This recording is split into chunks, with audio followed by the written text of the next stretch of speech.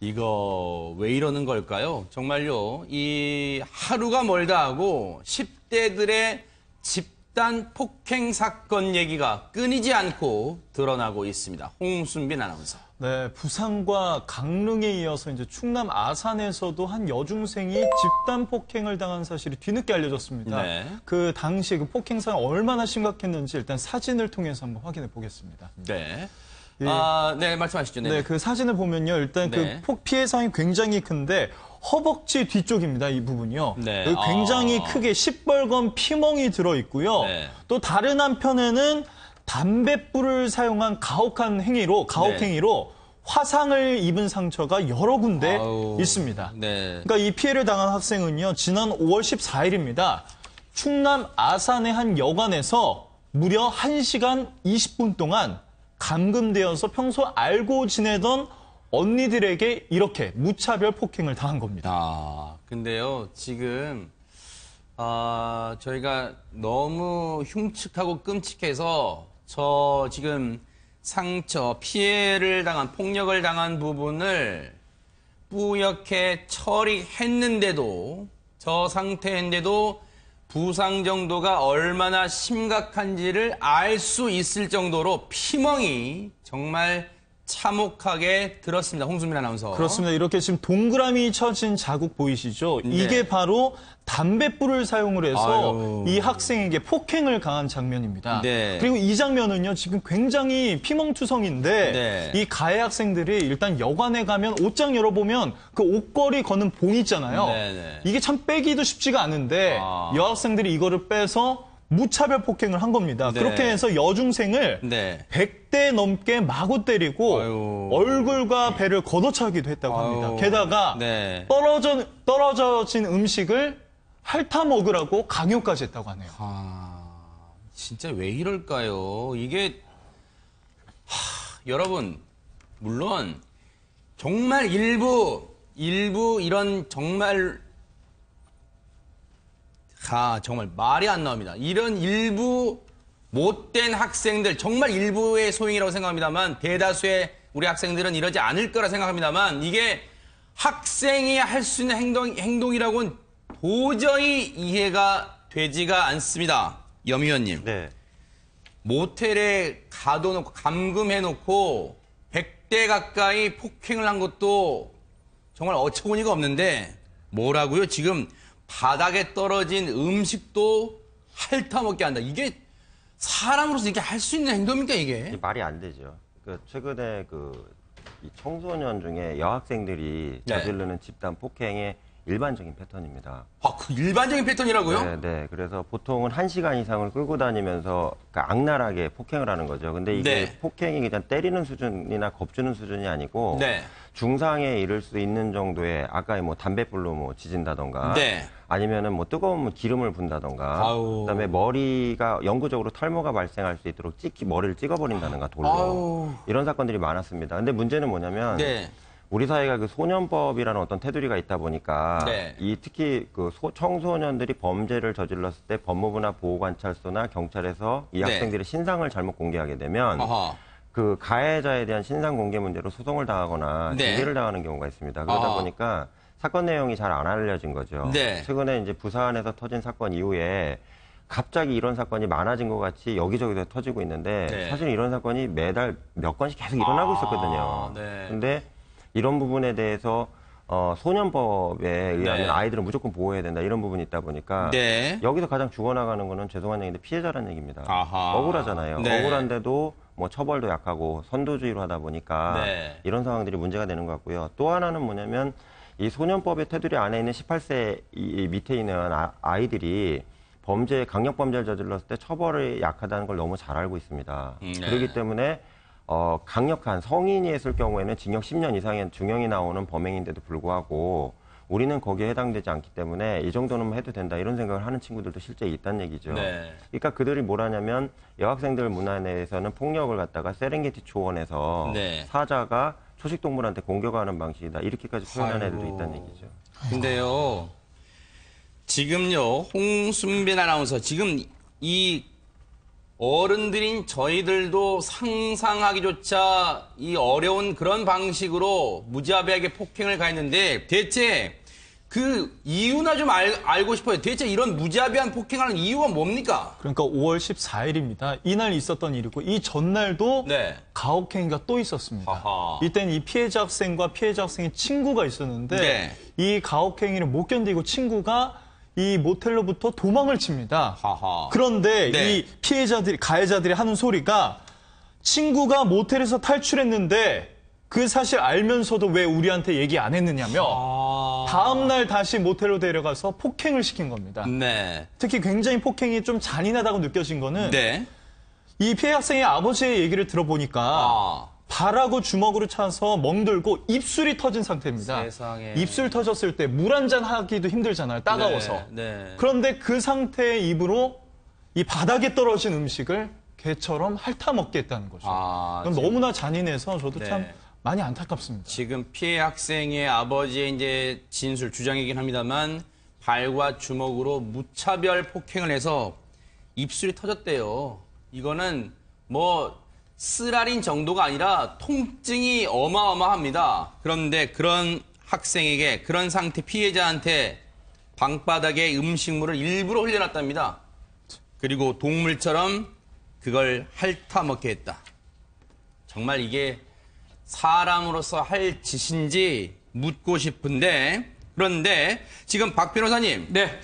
지금 가해 학생들은 모두 4명 그 현장에는 그 폭행이 이루어진 현장에 4명이 있던 것으로 지금 알려지고 있는데 경찰은 지금 3명에게 구속영장을 신청했다 이렇게 알려지고 있습니다. 이유가 있습니까? 그렇습니다. 3명이 폭행을 무차별로 하다 보니까 특수 폭행이 됩니다.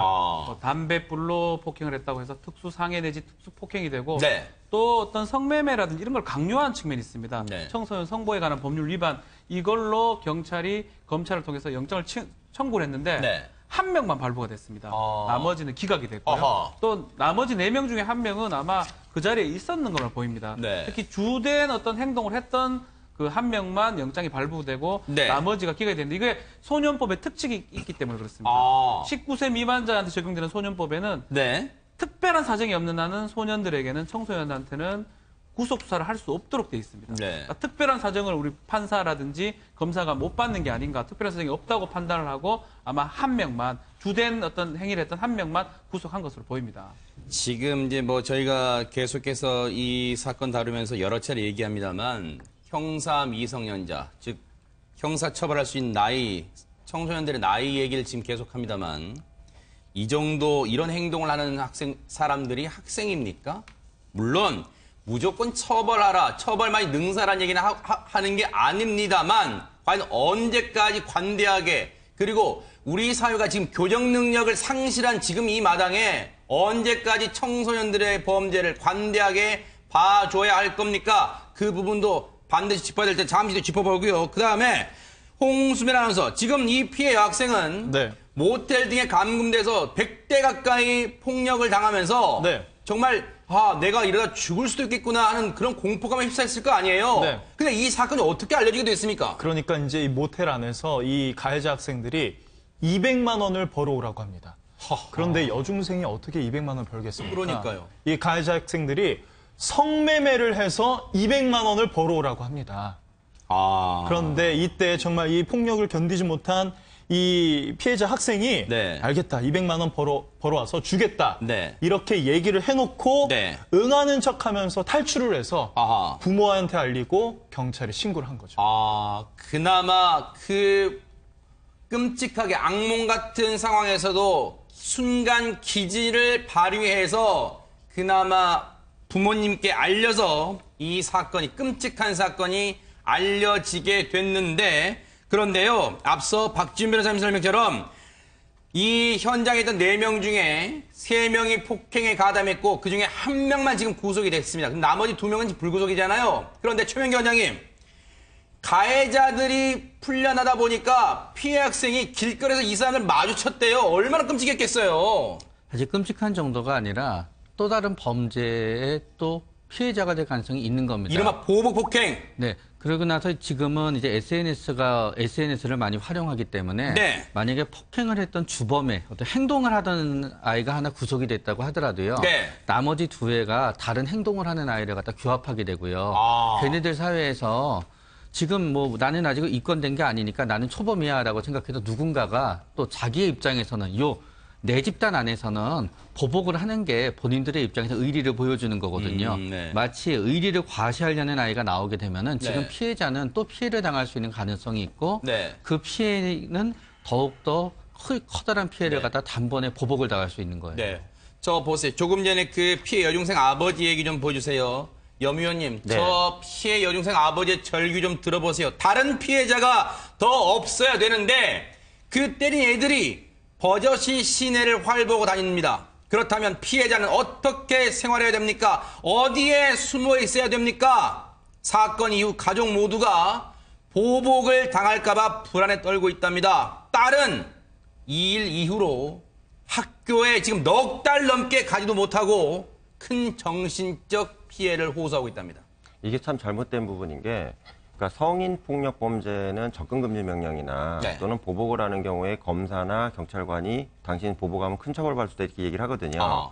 그러면 성인들은 대부분 접근 금지 명령이나 보복에 대한 강력한 처벌에 대한 경고로 인해서 접근하지 않습니다. 네. 근데 이제 황당한 게 뭐냐면 미성년 이 강력 범죄자들은 네. 그런 게 웃기는 얘기죠. 별 의미가 없다는 얘기입니다. 특히 또래 의식이 강하기 때문에 네. 이 사건도 지금 주범은 현재 구속 상태잖아요. 그리고 아까 최 원장님 말씀하셨다시피 종범인 나머지 두세 명의 아이들은 네. 자기들끼리 규합을 해서 우리의 보스를 이 처벌받게 한 저 아이를 가만히 냅두면 안 되겠다. 이런 세상에. 식으로 또 의기투합을 한다는 얘기죠. 이걸 아버님께서 정확하게 인지하시고 상황을 지금 말씀을 하신 거라고 제가 말씀이 들고요. 네. 또 하나 제가 좀 이 방송에서 말씀드리는 게 여학생들이 집단 폭행을 할 때는 모텔을 많이 갑니다. 어허. 그 과거에도 이런 사건이 몇 건 있었는데요. 근데 학생이 갈 수가 있어요, 말이 안 모텔을? 되는 얘기죠, 이 자체가요. 어허. 그래서 우리가 좀 법을 좀 바꿔야 되는 게 네. 이런 미성년자가 출입하는 모텔은 네. 특히 이런 강력범죄가 일어났잖아요. 어허. 범행 현장을 제공한 거거든요. 네. 그러면 이게 뭐 영업정지나 이런 식으로 처분하는데 네. 폐업을 시켜버려야 됩니다. 아하. 그래야지 겁이 나서라도 미성년자들이 세상에 아이 끌고 들어가는 거 봤을 텐데 그러니까요. 범행을 사실 방조한 거거든요, 이 모텔 네. 주인은요. 근데도 이제 주인에 대한 내용도 안 나와 있는 것도 문제라고 네. 생각이 들고요. 네. 그다음에 가장 핵심적으로 제가 말씀드리고자 하는 것은 이 청소년들이 이런 가해를 했을 때 네. 단기라도 제가 볼 때는 단기로 이렇게 쉽게 얘기하면 유치장이나 감금을 해서 일단 겁을 좀 줘야 되는 건 좀 필요하다고 생각을 합니다. 아, 네. 이런 죄를 저지르면 유치장에 24시간 정도 들어가 있을 수 있다. 니네가 더 큰 사고를 치면 2년, 3년이 된다. 이런 걸 좀 알려줘야 되는데 네. 그 법을 우습게 생각을 하는 거죠. 아하. 정말 저도 화가 납니다. 그런데요, 지금 박지훈 변호사님. 네. 부산 여중생 집단 폭행 사건에서도 우리가 확인했습니다만 피해자가 경찰에 신고했는데도 그 가해자들이 훈방 조치돼서 미성년자라는 이유만으로 훈방 조치돼서 결국 2달 만에 보복 폭행이 이루어진 거 아니에요? 그렇죠. 사실 이 부분이 가장 좀 문제 같습니다. 네. 경찰 입장에서 14세 미만자, 이거는 미성년자입니다. 형사 무능력자이기 때문에 14세 미만자는 우리가 소위 말하는 촉법 소년이라고 표현하는데요. 10세에서 14세 사이. 아하. 본인들도 알아요. 경찰관 아저씨 저는 촉법이에요라고 얘기하면 그걸 자기가 본인이 다 얘기한다는 알고 얘기예요? 있습니다. 대부분 알고 있습니다. 그러다 보니까 경찰 입장에서도 아니까 넌 촉법이니 대충 조사하자. 왜냐하면 아하. 뭐 형벌을 줄 수가 없습니다. 보호 네. 처분이나 뭐 이런 걸 보호 관찰 이런 걸 줄 수밖에 없으니까 네. 막 그러다 보니까 이런 일이나 훈방 조치가 되는 거거든요. 네. 더더군다나 보호 관찰 보호 처분이 법무부에서 하고 있는데 이 정보 같은 게 공유가 안 되는 것 같습니다. 경찰에서 네. 그 내용을 하되 이 친구는 한 번 한 게 아니고 두 번째 촉법 소년인데 한 번 더 했구나라 하면 전과가 있다고 봐야 되거든요. 두 번째 네. 그 상습적인 거니까. 그럼에도 불구하고 정보가 공유가 안 되기 때문에 그 정보를 알 수가 없고 이 지금 부산 사건 같은 경우는 네. 고소를 부모님이 하고 네. 피해자 조사를 한다고 2달을 끈 거거든요. 어허. 피해자 입장에서는 네.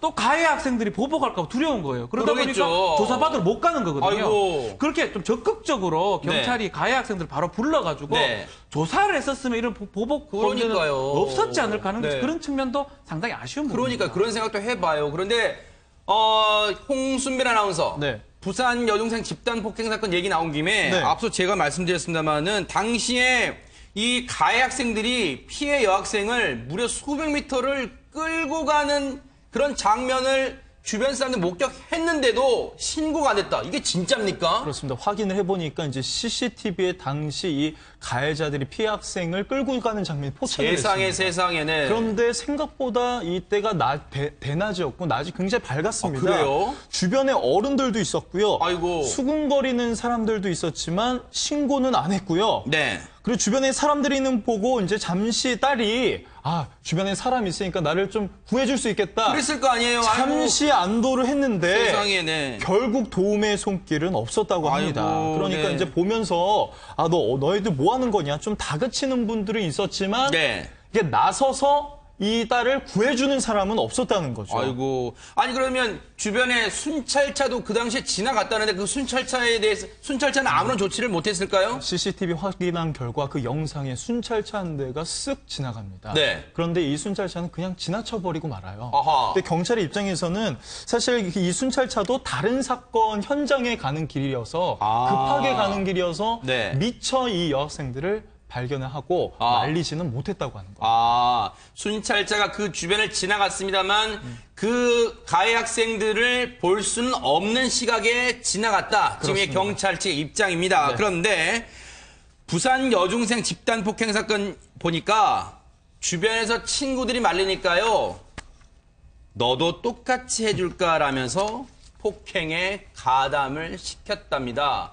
최명규 원장님, 이런 거는 이런 협박은 나도 이런 걸 가담하지 않으면 똑같이 이런 어마어마한 폭행을 당할 것이다. 이런 심리적 두려움에 이렇게 가담한 건가요? 어떻습니까? 이게 같은 이렇게 SNS 혹은 알고 있는 내 집단 안에 있잖아요. 네. 그러니까 이 아이가 이 사실을 갖다 외부에 알리게 되면은 본인들은 피해를 받게 되지요. 네. 그렇기 때문에 결국 공범화 시켜야 되는 거예요. 아하. 그러면서 이제 협박도 하지만 나름대로 회유도 하는 거고요. 나름대로 또 의리에 이제 호소도 해요. 이제 하하. 네가 지금 와서 이러면 안 되지. 넌 그럼 누구 편이니? 네. 그러다가 보면은 협박에다가 편을 갖다 선택하게 되면은 이쪽을 이제 선택하게 되는 거죠. 네. 그런데 이번 강릉 염 의원님, 네. 이번 강릉의 여중생 이 폭행 사건을 보니까 가해자들이 나눈 대화 내용이 지금 공개가 됐습니다. 그런데 제가 읽어보니까요. 죄책감이라고 전혀 눈꼬명도 없는 것 같아요, 지금.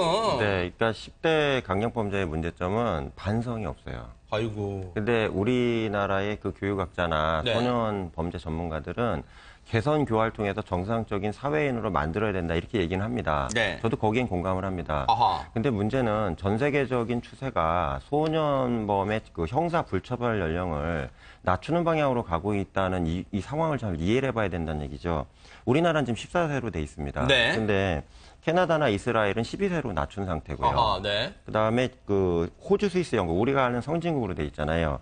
여기는 10세로 낮춘 상태고요. 그다음에 이제 뭐 처벌은 엄하긴 하지만 그래도 아시아의 최고 선진국 싱가포르는 7세로 돼 있습니다. 네. 그럼 이렇게 낮춘 이유가 뭐냐면 이거 오해를 하시는 게요. 이렇게 처벌 연령을 낮추게 되면 모든 그 범죄를 저지르는 청소년들이 처벌을 강하게 받지 않냐 이렇게 주장을 하시는데 그게 아닙니다. 이중적인 잣대를 준용을 합니다. 무슨 아하, 얘기냐면 네. 살인, 강도, 강간, 방화 같은 강력 범죄에 대해서는 성인하고 똑같이 처벌하겠다 이거죠. 네. 네, 혼을 내야 되니까. 그리고 경미한 절도나 생계형 범죄 있잖아요. 네. 이런 거는 지금 우리나라 지금 현재 소년법과 같이 전과를 안 달아주고 개선 교화하는 방식으로 교화하는 가고 아, 있는데 네. 문제는 이 소년법이 그냥 뭉뚱그레하게 전부 다 애들은 전부 다 봐줘야 된다 이런 식으로 되다 보니까 네. 아까 선생님들이 말씀 잘하셨는데 형사 앞에 안 잡고 그래요. 네. 제가 어디 포털 사이트를 쳐봤더니 저는 처벌 안 받는다며요. 근데 왜 부르셨어요? 이렇게 나오는 애들이 스스로 가다는 얘기죠. 네. 그러니 반성의식이나 사회적인 미안함, 피해자에 대한 미안함에 대해서는 네. 눈꽃만치도 찾기 어렵다는 게 지금 문제라는 얘기입니다. 박 변호사님, 네. 앞서 이제 이번에 드러난 그 아산 폭행 전에 강릉 집단 폭행 사건이 있었잖아요. 네. 그 가해자들이 나눈 대화 내용 보니까 이럽니다. 당시 이제 부산 여중생 피해 사건이 언론에 막 대대적 보도가 됐잖아요. 그걸 보면서 그 가해자들의 이른바 신상이 알려지니까 이랬답니다.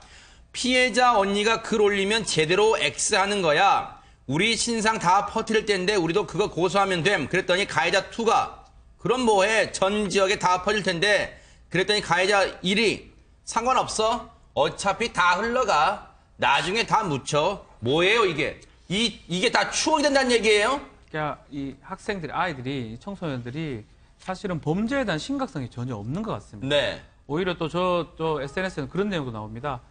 스타 되는 거 아니냐, 뭐 이런 내용들도 나와요. 세상에. 알려진다고. 네. 그래서 사실은 아주 흉폭하고 잔인한 소위 말하는 조폭들이 할 수 있는 그런 범죄를 저질렀음에도 불구하고 SNS를 통해서 스타 된다는 얘기도 하고 뭐 만약에 우리 자꾸 올리면 우리도 고소하지 이런 얘기를 할 정도면 네. 자신들이 했던 행동에 대해서 전혀 제의식이 없다는 겁니다. 더 나아가서 네. 좀 미안한 얘기지만 사법 절차를 우롱하는 게 아닌가. 어른들이 우리 만들어 놓은 사법 절차에서 어차피 가봤자 나는 소년이고 뭐 어떻게 적절하게 처벌받으니까 네. 괜찮다고 생각하기 때문에 이런 글들을 편하게 올려서 대화를 나누고 있다 이런 생각이 듭니다. 지금 최명기 원장님 방송을 보시는 시청자분들 중에 상당수 분들이 아마 자녀분들을 키우시는 분들인 걸로 저희가 알고 있는데 이 방송 보시면서 걱정이 많이 앞서실 거예요.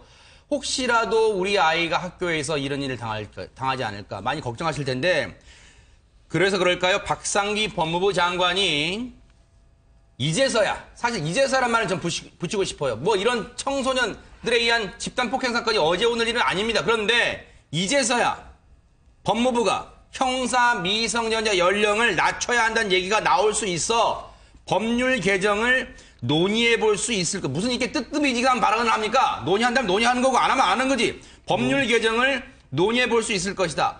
지금요. 최명기 원장님, 자녀를 가진 이 부모님들의 걱정이 이만저만이 아니에요. 이걸 알아야 돼요, 분명히. 네. 우리가 이제 범죄자를 처벌하는 데는 네. 물론 어떤 처벌의 의미도 있습니다. 잘못했으니까 벌을 받아야 된다는 네. 의미도 있고요. 그리고 벌을 받아서 범죄자가 바뀐다는 의미도 있지만 네. 그 범죄자로부터 사회를 갖다 보호한다는 의미도 사실은 있습니다. 만약에 네. 어떤 범죄자가 10년을 형을 받는다 그러면은 10년 동안은 최소한도 그 범죄자가 저지를 범죄로부터 사회를 보호하는 거예요. 네. 그렇기 때문에 결국 이 아이들한테 중요한 것도 피해자를 보호할 수 있는 가장 중요한 방법은 가해자로부터 피해자를 갖다 분리시키는 거거든요.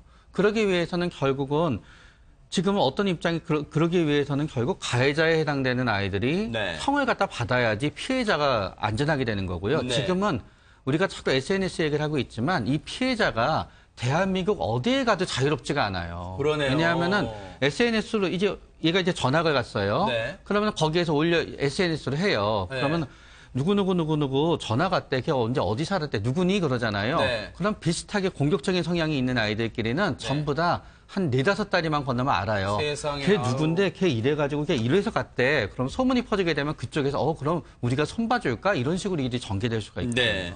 그러다 보니까 앞서 이번에 아산 피해 여중생의 아버지가 했던 말 다시 한번 떠오르네요. 피해자는 어떻게 생활해야 합니까? 대체 어디에 숨어 있어야 됩니까? 이런 절규가 다시 한번 우리 귓가를 울립니다. 이 호소 우리 법무부가 다시 한번 좀 깊이 새겨주시고 근본 대책을 좀 마련해 주시길 바라겠습니다.